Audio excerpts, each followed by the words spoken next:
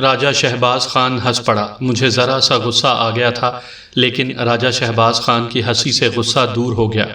اس نے رزاق کو بازو سے پکڑا اور کہنے لگا، یار تم تو ناراض ہی رہتے ہو، آؤ آگے چلیں۔ وہ بددلی سے ہمارے ساتھ چل پڑا۔ ہم پہاڑی کے اوپر جا رہے تھے اور ادھر ادھر دیکھ رہے تھے۔ ہمیں کہیں نیچے سے بھونکنے اور غرانے کی آوازیں سنائی دیں۔ ہم آگے کو دوڑ پڑے۔ ذرا دیر بعد ہمیں لمبی پکار سنائی دی، اوہو اوہو۔ ہم رک گئے۔ میں نے راجہ شہباز خان کی طرف اور اس نے میری طرف دیکھا۔ یہ پکار ایک بار پھر سنائی دی۔ راجہ شہباز خان نے کہا، آواز اسلم کی ہے۔ میں نے بھی کہا، اسلم ہی کی معلوم ہوتی ہے۔ میں نے رزاق کو دیکھا، وہ خاموش تھا۔ میں نے اسے پوچھا، یہ اسلم کی ہی آواز ہے نا؟ اس نے جھنجھلا کر جواب دیا، مجھے کیا پتا کون ہے، اور اس نے سر کو اس طرح جھٹکا جیسے اس کی امیدوں پر پانی پھر گیا ہو۔ مجھے یقین ہو گیا کہ یہ آواز اسلم کی ہے۔ وہ یقیناً ادھر اکیلا چلا گیا ہوگا اور رزاق نے اسے دیکھ لیا ہوگا۔ اسی لیے رزاق ہمیں بار بار کہتا تھا کہ میں اور راجہ شہباز خان دوسری طرف چلے جائیں۔ وہ اسلم پر وار کرنا چاہتا تھا۔ اتنے میں اسلم کی پکار پھر سنائی دی، سابو اوئے۔ وہ اب مجھے پکار رہا تھا۔ اس کے ساتھ کتوں کے بھونکنے کی آوازیں بھی سنائی دے رہی تھیں۔ ہم تیزی سے آوازوں کی طرف چل پڑے، لیکن تیز نہیں چلا جاتا تھا۔ آوازوں سے پتہ چلتا تھا کہ دور نیچے سے آ رہی ہیں، بلکہ ایسے معلوم ہوتا تھا جیسے یہ آوازیں نہیں بلکہ آوازوں کی گونج ہے۔ ہم تینوں آگے بھی جا رہے تھے اور پہاڑی سے اتر بھی رہے تھے۔ ہم جوں جوں آگے بڑھتے جا رہے تھے، اسلم کی پکار بلند ہوتی جا رہی تھی۔ پھر اس کی سخت گھبرائی ہوئی پکار سنائی دی، پہنچنا سابو۔ اور پھر اس نے کئی ایک لڑکوں کو باری باری پکارا۔ ہم سمجھ گئے کہ وہ کسی مصیبت میں پھنس گیا ہے۔ راجہ شہباز خان نے بڑی زور سے کہا، پہنچے بھائی اوئے، پہنچے، اچھو اوئے، ہم آ رہے ہیں۔ ہم پوری تیزی سے آگے اور نیچے جانے لگے۔ رزاق ہمارے پیچھے تھا۔ اب بھونکنے کی آواز آئی تو راجہ شہباز خان کے منہ سے بے اختیار نکلا، او خدایا۔ میرا دل دہل گیا، کیونکہ بھونکنے کی یہ آواز کسی کتے کی نہیں بلکہ بھیڑیے کی تھی، اور اس کے غرانے کی آواز بتاتی تھی کہ وہ کسی پر حملہ کر رہا ہے یا پھر کتوں سے لڑ رہا ہے۔ ہمیں پہاڑی چلنے نہیں دے رہی تھی، ورنہ ہم اڑ کر پہنچتے۔ راجہ شہباز خان آگے نکل گیا اور اچانک رک گیا۔ میں اس تک پہنچا تو میں بھی رک گیا۔ یہاں پہاڑی ختم ہو گئی تھی۔ ہم دیوار کے اوپر، یا یوں سمجھیے کہ کسی مکان کی منڈیر پر کھڑے تھے۔ بلندی بہت زیادہ نہیں تھی، 100 یا زیادہ سے زیادہ 150 فٹ ہوگی۔ نیچے 2 کنال جتنا میدان تھا، جہاں چند ایک درخت تھے، اور یہ درخت چھوٹے بھی تھے اور بڑے بھی۔ ان میں ایک درخت بڑ کا تھا۔ نیچے 2 کنال کا جو میدان نظر آ رہا تھا وہ چٹانوں سے گھرا ہوا تھا۔ یہ بڑی ہی خوفناک اور پر اسرار جگہ تھی۔ صاف پتہ چلتا تھا کہ یہاں سے کبھی کسی انسان کا گزر نہیں ہوا۔ اس میدان میں ہم نے جو منظر دیکھا اس سے ہمارے دم خشک ہو گئے۔ اکیلا اسلم 4 بھیڑیوں کے گھیرے میں آ گیا تھا۔ اس کے ساتھ صرف ایک کتا تھا جو بھیڑیوں کا مقابلہ کر رہا تھا۔ چاروں بھیڑیے چکر میں دوڑ رہے تھے اور غرا غرا کر اسلم کو دیکھ رہے تھے۔ اسلم کے ہاتھ میں اپنے کتے کی زنجیر تھی۔ اس کا اپنا کتا تازی کہیں نظر نہیں آ رہا تھا۔ جو کتا اس کے ساتھ تھا وہ ہمارے ایک ساتھی ہاشم کا بلٹیریئر تھا۔ وہ اسلم کے ارد گرد دوڑ رہا تھا جیسے اسے بھیڑیوں سے بچانے کی کوشش کر رہا ہو۔ وہ بجلی کسی تیزی سے دوڑ کر ایک بھیڑیے پر حملہ کرتا تو پیچھے سے دوسرا بھیڑیا اس پر ٹوٹ پڑتا۔ اسلم کا ہتھیار یہی ایک زنجیر تھی جو اس نے دوہری کر کے پکڑ رکھی تھی۔ وہ زنجیر کو گھما رہا تھا۔ جب کتا کسی بھیڑیے پر حملہ کرتا تو اسلم زناٹے سے زنجیر گھما کر کسی دوسرے بھیڑیے کو مارنے کی کوشش کرتا۔ بھیڑیے دور بھاگ کر پھر اس کے گرد دوڑنے لگتے۔ ہم نے یہ منظر زیادہ سے زیادہ 5-6 سیکنڈ دیکھا، تو پھر اسلم تک پہنچنے کا راستہ دیکھنے لگے۔ فوراً پہنچنے کے لیے کوئی راستہ نہیں تھا۔ قریبی راستہ ایک ہی تھا کہ ہم 150 فٹ اونچی دیوار سے نیچے کود جاتے، اور اس کا نتیجہ اس کے سوا اور کچھ بھی نہ ہوتا کہ ہماری ہڈی پسلی ایک ہو جاتی۔ بائیں طرف بڑی خطرناک ڈھلان تھی جس سے ہم بیٹھ کر یا رینگ کر اتر سکتے تھے، مگر وہ نیچے ایسی جگہ جا کر ختم ہوتی تھی جہاں سے ایک چٹان شروع ہوتی تھی۔ یہ چٹان اس میدان کا راستہ روکے ہوئے تھی جہاں اسلم بھیڑیوں کے نرغے میں آیا ہوا تھا۔ اس تک پہنچنے کے لیے اس چٹان پر چڑھنا اور دوسری طرف اترنا تھا۔ اس راستے سے اتنا وقت لگ جاتا کہ بھیڑیے اسلم کا قصہ پاک کر چکے ہوتے۔ دائیں طرف اسی پہاڑی کی چوٹی تھی جس پر ہم کھڑے تھے۔ اوپر جا کر آگے جانا اور بہت دور جا کر اترنا بڑا ہی مشکل اور دقت طلب تھا۔ پھر بھی ہم وہاں کھڑے نہیں رہ سکتے تھے۔ ہمارا ایک عزیز دوست درندوں کے گھیرے میں تھا۔ اگر ہاشم کا بل ٹیریئر اس کے ساتھ نہ ہوتا تو اب تک بھیڑیے اس کی ایک بوٹی بھی نہ رہنے دیتے۔ میں نے چلا کر کہا، اچھو جم کے، دل نہ چھوڑنا۔ راجہ شہباز خان بائیں طرف والی ڈھلان سے اترنے لگا۔ وہ بہت تیز دوڑا۔ وہ اٹھا اور پھر دوڑ کر اترنے لگا۔ میں نے بڑے بڑے 2 پتھر اٹھائے اور ایک ایک کر کے بھیڑیوں پر پھینکے۔ پہلا پتھر ایک بھیڑیے کے قریب گرا لیکن کوئی بھی بھیڑیا نہ ڈرا۔ دوسرا پتھر ایسی جگہ گرا جہاں اسلم زنجیر گھماتا پہنچ گیا تھا۔ صرف 1 سیکنڈ کا فرق رہ گیا تھا۔ اگر اسلم 1 سیکنڈ پہلے وہاں پہنچ جاتا تو پتھر اس کے سر پر لگتا۔ اس نے بلند آواز سے کہا، پتھر نہ مارو، نیچے آؤ۔ اس نے ہمیں دیکھ لیا تھا اور وہ ہوشیار ہو گیا تھا۔ میں نے رزاق کو دیکھا، وہ کولوں پر ہاتھ رکھے اسلم اور بھیڑیوں کو دیکھ رہا تھا۔ وہ بالکل خاموش تھا۔ اس کے چہرے سے بالکل پتہ نہیں چلتا تھا کہ اسلم کو اس مصیبت میں دیکھ کر اسے افسوس ہے۔ مجھے غصہ آ گیا۔ میں نے سوچا کہ وہ بہت خوش ہے کہ وہ قتل کرنے سے بچ گیا اور بھیڑیے اسلم کا کام تمام کر دیں گے۔ وہ اسی انتظار میں تھا کہ بھیڑیے اس کے دشمن کو چیر پھاڑ دیں۔ اس کی امید پوری ہوتی نظر آ رہی تھی۔ اسلم کے بچنے کی کوئی امید نہیں تھی۔ بھیڑیوں کی غراہٹ اتنی زور سے سنائی دی کہ میں نے گھبرا کر ادھر دیکھا۔ کتا ایک بھیڑیے کے ساتھ الجھ گیا تھا، یا شاید اس بھیڑیے نے کتے کو اپنے ساتھ الجھا لیا تھا۔ اب دونوں میں سے کسی ایک کو تو مرنا تھا۔ زیادہ یقین یہی تھا کہ کتا مرے گا کیونکہ بھیڑیا خون خوار ہوتا ہے۔ باقی 3 بھیڑیے اسلم کے قریب ہو گئے تھے۔ وہ اس کے گرد غرا غرا کر دوڑتے اور اس کے قریب ہوتے جا رہے تھے۔ اسلم زنجیر گھماتا ہوا تیزی سے گھومتا جا رہا تھا۔ اس نے بھیڑیوں پر نظر رکھتے ہوئے بائیں ہاتھ میں ایک پتھر اٹھا لیا۔ سامنے سے ایک بھیڑیے نے اچھل کر اس پر حملہ کیا۔ اسلم کی توجہ ادھر ہی تھی۔ اگر آج کا کوئی نوجوان ہوتا تو اس کی حرکت قلب بند ہو جاتی۔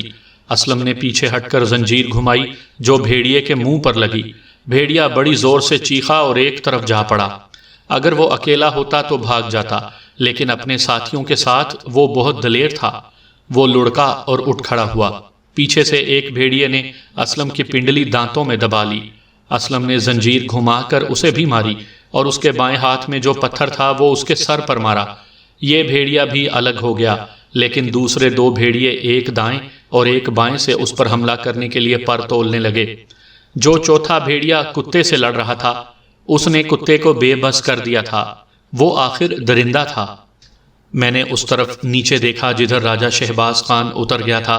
وہ لنگڑاتا ہوا چٹان پر چڑھ رہا تھا۔ وہ اسلم کو بچانے کے لیے نہیں پہنچ سکتا تھا۔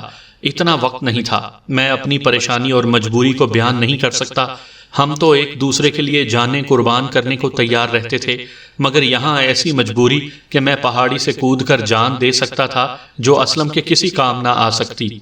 اچانک رزاق کو گرجدار آواز سنائی دی، سابو، اچھو کو میں بچاؤں گا۔ اور اس نے بہت ہی بلند آواز سے کہا، اچھو حوصلہ رکھنا، میں آ رہا ہوں۔ میں نے اسے حیران ہو کر دیکھا، لیکن وہ اب وہاں نہیں تھا جہاں کھڑا تھا۔ وہ پیچھے کو دوڑتا جا رہا تھا۔ وہ رک گیا اور پیچھے مڑا۔ وہ 12-14 قدم دور چلا گیا تھا۔ میں کچھ بھی نہ سمجھ سکا کہ وہ کیا کر رہا ہے۔ وہ میری طرف دوڑا۔ ہر قدم کے ساتھ اس کی رفتار بڑھتی جا رہی تھی۔ آگے پہاڑی ختم ہو جاتی تھی۔ جب اس کا پاؤں اس جگہ پڑا جہاں پہاڑی ختم ہوتی تھی اور نیچے 150 فٹ بلند دیوار سی تھی تو میرا سانس رک گیا۔ وہ یقیناً خودکشی کر رہا تھا۔ اس کا آخری قدم اس منڈیر پر پڑا اور وہاں سے وہ پرندے کی طرح ہوا میں چلا گیا، جیسے نیچے دریا بہہ رہا ہو اور وہ اس میں ڈائیو لگا رہا ہو۔ مجھے معلوم تھا کہ اس کا انجام ہوگا کیا۔ نیچے کے میدان میں ایک طرف بڑ کا درخت تھا جس کا ذکر میں نے پہلے کیا ہے۔ اس کے کچھ ٹہن عمودی چٹان سے ذرا ہی دور تھے۔ رزاق پرندے کی طرح ہوا میں جا رہا تھا۔ اس نے بازو پھیلا رکھے تھے اور پھر اس نے بازو کو آگے کو کیے اور وہ نیچے کو بھی جا رہا تھا۔ اس نے ہاتھوں سے بڑ کی ٹہنیوں کو مضبوطی سے پکڑ لیا اور ٹہنیاں ٹوٹنے لگیں۔ اس نے ایک ٹہن کو پکڑ لیا۔ اس میں شاید 2-3 سیکنڈ لگے ہوں گے۔ اس نے نیچے دیکھا، بلندی زیادہ نہیں تھی۔ وہ ٹہن کو چھوڑ کر کود گیا۔ وہاں بھی تھوڑی سی ڈھلان تھی۔ رزاق لڑکتا ہوا نیچے گیا۔ میں نے اسے اٹھتے دیکھا اور اس نے قمیض کے اندر ہاتھ ڈالا اور ناف سے وہ چاقو نکال لیا جو اس نے مجھے دکھایا تھا۔ اس چاقو سے وہ اسلم کو قتل کرنا چاہتا تھا۔ مجھے سخت پچھتاوا ہوا کہ میں نے اسے نیچے جانے سے نہیں روکا۔ میں جان گیا کہ وہ اب بھیڑیوں کے دھوکے میں اسلم پر وار کرے گا۔ میں اسلم کی کوئی مدد نہیں کر سکتا تھا۔ بائیں کو دیکھا تو راجہ شہباز خان چٹان پر چڑھ گیا تھا۔ میں نے اسے آواز دے کر کہا کہ جلدی پہنچو، رزاق نیچے چلا گیا ہے۔ میں کیا کرتا کچھ سمجھ نہیں آ رہی تھی۔ اچانک یہ خیال آیا کہ میں وہیں کھڑا دیکھتا رہوں کہ رزاق کیا کرتا ہے۔ میں نے پکا ارادہ کر لیا کہ اگر رزاق نے اسلم پر وار کیا تو میں اسے اسی جگہ قتل کر دوں گا اور گاؤں میں 2 لاشیں جائیں گی۔ میں اب وہاں کھڑا یہ دیکھنے لگا کہ اسلم اور بھیڑیوں تک راجہ شہباز خان پہلے پہنچتا ہے یا رزاق۔ راجہ شہباز خان ابھی بہت دور تھا، رزاق پہنچ گیا تھا، لیکن اسلم پر ایک بھیڑیا ٹوٹ پڑا تھا اور اس کا انجام مجھے صاف دکھائی دے رہا تھا۔ ایک بھیڑیے نے پیچھے سے اچھل کر دونوں پنجے اسلم کے کندھوں پر اور دانت گردن میں گاڑ دیے تھے۔ میرا خون اس قدر جوش میں آ گیا کہ میں نیچے کود چلا تھا، لیکن رزاق کو دیکھ کر میں رک گیا۔ رزاق اسلم کے پیچھے اور ابھی دور ہی تھا، اس کے ہاتھ میں چاقو تھا۔ اس نے 5-6 قدم دور سے آگے کو چھلانگ لگائی اور چاقو والا بازو اوپر کر کے بڑی زور سے چاقو اس بھیڑیے کی پیٹھ میں اتار دیا جس نے اسلم کو پیچھے سے پنجوں اور دانتوں میں جکڑ لیا تھا۔ بھیڑیا زور سے چیخا اور اسلم سے الگ ہو گیا۔ رزاق نے بھیڑیے کی گردن پر ہاتھ رکھ کر اس کی پیٹھ چیر ڈالی۔ بھیڑیا پیٹھ کے بل ہو کر اٹھنے لگا تو رزاق نے چاقو اس کے پیٹ میں مار کر پیٹ چاک کر دیا۔ بھیڑیا پھر بھی اٹھا اور جب بھاگا تو اس کی انتڑیاں باہر آ گئیں اور وہ گر پڑا۔ ایک بھیڑیے نے ابھی تک کتے کو دبوچ رکھا تھا اور کتا خوب مقابلہ کر رہا تھا۔ رزاق نے پیٹھ اسلم کی پیٹھ سے لگا لی اور مجھے رزاق کی بڑی بلند آواز سنائی دی، اچھو پیٹھ میرے ساتھ لگائے رکھنا، مجھ سے الگ نہ ہونا۔ ایک بھیڑیا رزاق کی طرف اچھل کر گیا۔ رزاق نے بازو کو زور سے گھما کر چاقو کا وار کیا۔ بھیڑیا ایک پہلو کے بل گرا اور تیزی سے اٹھ کر اس نے اسلم کی ران میں دانت گاڑ دیے۔ اس کے پنجے اسلم کی پیٹھ اور پیٹ پر تھے۔ اسلم تیزی سے گھوما، بھیڑیا بھی اس کے ساتھ ہی گھوما اور رزاق سے ٹکرایا۔ رزاق گرتے گرتے بچا اور چاقو بھیڑیے کی پیٹھ میں اتار کر ہاتھ کو زور سے جھٹکا دیا۔ بھیڑیے نے اسلم کو چھوڑ دیا اور بھاگ اٹھا۔ رزاق گر پڑا۔ ادھر اسلم پر سامنے سے ایک بھیڑیا آیا۔ اسلم پیچھے ہٹا تو رزاق جو ابھی اٹھا ہی نہیں تھا اس سے جا ٹکرایا اور اس کے اوپر گر پڑا۔ اسلم کے کپڑے خون سے سرخ ہو گئے تھے۔ رزاق اس کے نیچے سے اٹھا تو اسلم لڑک کر ایک طرف کو گر پڑا۔ وہ بہت زیادہ زخمی ہو چکا تھا۔ رزاق اٹھ چکا تھا۔ بھیڑیا جو ان کی طرف آیا تھا وہ ایک طرف آگے کو چلا گیا۔ اسلم نے اٹھنے کی کوشش کی لیکن اٹھ نہ سکا۔ رزاق نے اسے کہا بیٹھے رہو اور وہ اسلم کی طرف پیٹ کر کے چاروں طرف گھومنے لگا۔ اب 2 بھیڑیے رہ گئے تھے جن میں ایک زخمی تھا۔ یہ دونوں گھوم گھوم کر آتے تھے۔ رزاق نے اسلم کے ہاتھ سے زنجیر لے کر بائیں ہاتھ میں پکڑ لی تھی۔ اس کے دائیں ہاتھ میں چاقو تھا۔ وہ اسلم کے گرد گھوم رہا تھا اور زنجیر گھما رہا تھا۔ اسلم کے زناٹوں سے بھیڑیے ڈر کر پیچھے ہٹ جاتے تھے۔ اگر رزاق نہ ہوتا تو اسلم کو بھیڑیے چیر پھاڑ چکے ہوتے۔ یہ منظر دیکھ کر مجھ سے رہا نہ گیا۔ میرے پاس موٹا ڈنڈا تھا جس کے ایک سرے پر لوہے کا 6 انچ لمبا خول چڑھا ہوا تھا۔ میں نے زمین دوز غاروں میں اس ڈنڈے سے ایک بھیڑیا مارا تھا۔ میں نے یہ ڈنڈا پہاڑی سے نیچے پھینک دیا اور رزاق کی طرح 12-14 قدم پیچھے کو دوڑتا گیا۔ میں بھی رزاق کی طرح نیچے جانا چاہتا تھا۔ میں پیچھے جا کر پیچھے کو مڑا اور تیز دوڑا۔ میری رفتار رزاق سے زیادہ تیز تھی۔ میں بہت ہی تیز دوڑا اور آخری قدم جب عمودی ڈھلان کی منڈیر پر پڑا تو میں جسم کی تمام تر طاقت صرف کر کے آگے کو اڑا۔ میرے نیچے 150 فٹ دور پتھریلی زمین تھی جس پر اگر میں گرتا تو جسم کی کوئی ہڈی سلامت نہ رہتی۔ میں نے بازو اس طرح آگے کو رکھے تھے جس طرح رزاق نے کیے تھے۔ یہ خودکشی کی چھلانگ تھی۔ میں نے ہاتھ آگے کو پھیلائے اور 1 سیکنڈ میں ہاتھوں نے بڑھ کے پتوں کو چھو لیا، لیکن میں کم از کم 50 فٹ نیچے آ چکا تھا۔ ایک موٹی شاخ میرے ہاتھوں سے ٹکرائی۔ میں نے اسے مضبوطی سے پکڑ لیا، مگر میں بہت تیزی سے آگے گیا تھا اور میں نیچے کو بھی گر رہا تھا، اس لیے شاخ پکڑتے ہی میری رفتار یک لخت رک گئی اور جسم نیچے کو گرا تو کندھوں کو اتنا شدید جھٹکا لگا جیسے بازو کندھوں سے الگ ہو گئے ہوں۔ مجھے چکر آیا اور آنکھوں کے آگے اندھیرا چھا گیا۔ سامعین کرام، آپ سن رہے ہیں صابر حسین راجپوت مرحوم کی شکاریات میں سے ایک دلچسپ اردو داستان جس کا نام ہے 2 قبروں کی کہانی۔ یہ اس سلسلے کی آخری اور قسط نمبر 3 ہے۔ مجھے امید ہے آپ کو میری یہ کاوش پسند آئی ہوگی۔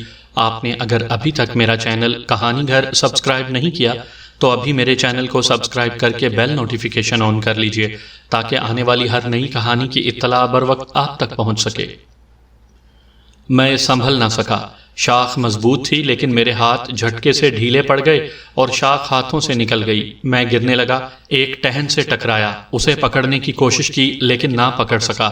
میں وہاں سے گرا اور سیدھا پتھروں پر جا پڑا۔ یہ ڈھلان تھی، وہاں سے پتھر کی طرح لڑکتا نیچے چلا گیا۔ اس حالت میں میرے ذہن میں پہلا خیال یہ آیا کہ رزاق کس قدر سخت جان ہے۔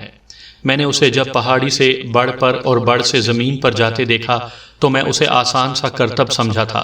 جب یہ کرتب خود کیا تو میں نے محسوس کیا کہ ایسے کارنامے کے لیے جسم کی نہیں، روح اور جذبے کی طاقت کی ضرورت ہوتی ہے، اور یہ طاقت صرف اس وقت پیدا ہوتی ہے جب انسان کے اندر عزم اور ایثار ہو۔ میں اٹھنے لگا تو دائیں کولے سے ایسا درد اٹھا جیسے کسی نے کولے میں خنجر اتار دیا ہو۔ میں ہاتھوں کے بل ہو کر اٹھا مگر دائیں ٹانگ نے جسم کا بوجھ اٹھانے سے انکار کر دیا۔ پھر بھی میں نے بائیں ٹانگ آگے کر کے ایک قدم اٹھایا لیکن گر پڑا۔ ایسے لگا جیسے دائیں ٹانگ کولے سے الگ ہو گئی ہو۔ ہوا بھی یہی تھا کہ کولے کا جوڑ الگ ہو گیا تھا۔ درد اس قدر شدید تھا کہ میرے دانت بجنے لگے اور آنکھوں کے آگے اندھیرا چھانے لگا۔ اندھیرا آتا تھا اور گزر جاتا تھا۔ میں نے اٹھنے کی کوشش نہ کی، میں پیٹھ کے بل لیٹ گیا۔ مجھے اپنے قریب بھیڑیوں کی خوفناک آوازیں سنائی دینے لگیں مگر میں کچھ دیکھ نہ سکا۔ میری حالت بگڑ رہی تھی۔ آوازوں سے پتہ چلتا تھا کہ 3-4 کتے ہیں اور شاید 3-4 لڑکے ہیں۔ شاید ہمارے کتے اور لڑکے پہنچ گئے تھے۔ مجھے رزاق کی آواز سنائی دی۔ وہ اسلم کو بلند آواز سے کہہ رہا تھا، اچھو گھبرانا نہیں دوست، تیرے پیچھے جان دے دوں گا۔ پھر کتوں، بھیڑیوں اور لڑکوں کا شور بڑھ گیا۔ میں نے اٹھنے کی کوشش کی، اچانک ایک کتا اور ایک بھیڑیا ایک دوسرے سے گتھم گتھا میرے اوپر آ پڑے اور فوراً ہی میرے اوپر سے ہٹ گئے۔ میں نے دیکھا یہ ہمارا نامی گرامی بولی تھا جو بھیڑیوں سے زیادہ خونخوار کتا تھا۔ میرے اوپر سے گزر کر بھیڑیا گرا۔ بولی نے اس کے اوپر سوار ہو کر اس کی شہ رگ دانتوں میں جکڑ لی۔ بھیڑیا بہت تڑپا لیکن بولی نے بھمبوڑ کر ختم کر دیا۔ میں بیٹھ گیا۔ یہ دیکھ کر اطمینان ہوا کہ سارے لڑکے آ گئے تھے لیکن وہ ایک جگہ اکٹھے گول دائرے میں جھکے ہوئے تھے۔ مجھے شاید انہوں نے نہیں دیکھا تھا۔ میں نے انہیں پکارا تو سب نے میری طرف دیکھا۔ راجہ شہباز خان، ہاشم اور نور علی، اللہ ان دونوں کو جنت نصیب کرے، دوڑتے آئے۔ میں نے انہیں بتایا کہ میں اٹھ نہیں سکتا۔ انہوں نے سہارا دے کر اٹھایا۔ میری دائیں ٹانگ بیکار ہو چکی تھی۔ میں اپنے دوستوں کے کندھے پر بازو رکھے ہوئے جسم کو گھسیٹتا لے گیا۔ وہ مجھے اسلم اور رزاق کے پاس لے گئے۔ دونوں اکٹھے زمین پر پڑے تھے۔ خون سے ان کے کپڑے لال ہو گئے تھے، وہ تو خون میں ڈوبے ہوئے تھے۔ میں نے انہیں دیکھ کر اپنے ساتھیوں کی طرف دیکھا، سب خاموش تھے۔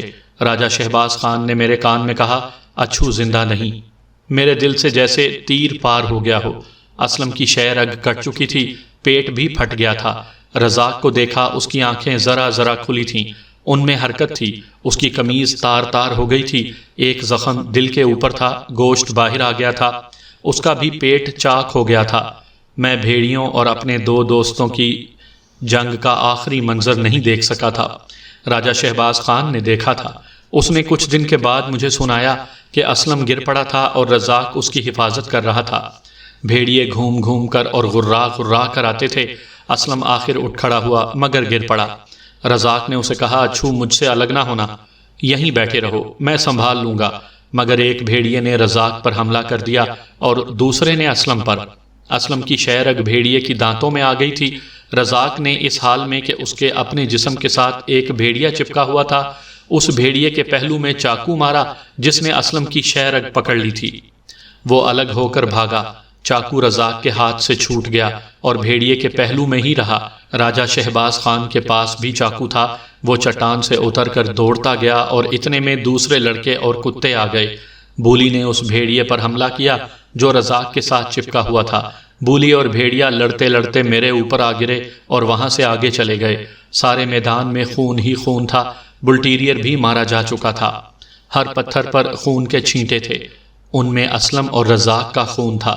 بلٹیریئر اور بولی کا خون اور بھیڑیوں کا خون تھا۔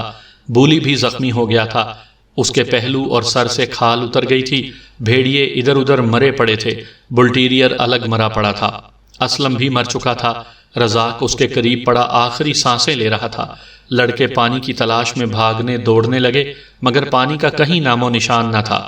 میں رزاق کے پاس بیٹھ گیا اور راجہ شہباز خان بھی ہمارے قریب بیٹھ گیا۔ رزاق نے سرگوشی میں پوچھا، اچھو کیسا ہے؟ اس کے زخم گہرے تو نہیں؟ میں نے ہونٹ دانتوں میں دبا لیے کیونکہ میری چیخ نکل چلی تھی۔ راجہ شہباز خان نے سر ہلایا۔ رزاق کی آنکھیں کھلی ہوئی تھیں۔ وہ سر کا اشارہ سمجھ گیا۔ اس نے سر گھما کر اسلم کو دیکھا اور ہاتھ لمبا کر کے اسلم کا ہاتھ پکڑ لیا۔ پھر اس نے مجھے قریب ہونے کا اشارہ کیا۔ اتنے میں 3-4 لڑکے پگڑیاں پھاڑ کر رزاق کے زخم صاف کرنے لگے۔ رزاق نے دھیمی آواز میں کہا، رہنے دو، بات ختم ہو گئی ہے، زخم نہ باندھنا، جو ہونا تھا ہو گیا۔ میں نے منہ رزاق کے منہ کے قریب کیا۔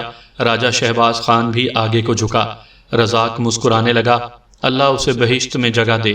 کیسی پیاری مسکراہٹ تھی، ایک مرد کا بچہ مسکرا رہا تھا اور وہ موت کی آنکھوں میں آنکھیں ڈال کر مسکرا رہا تھا۔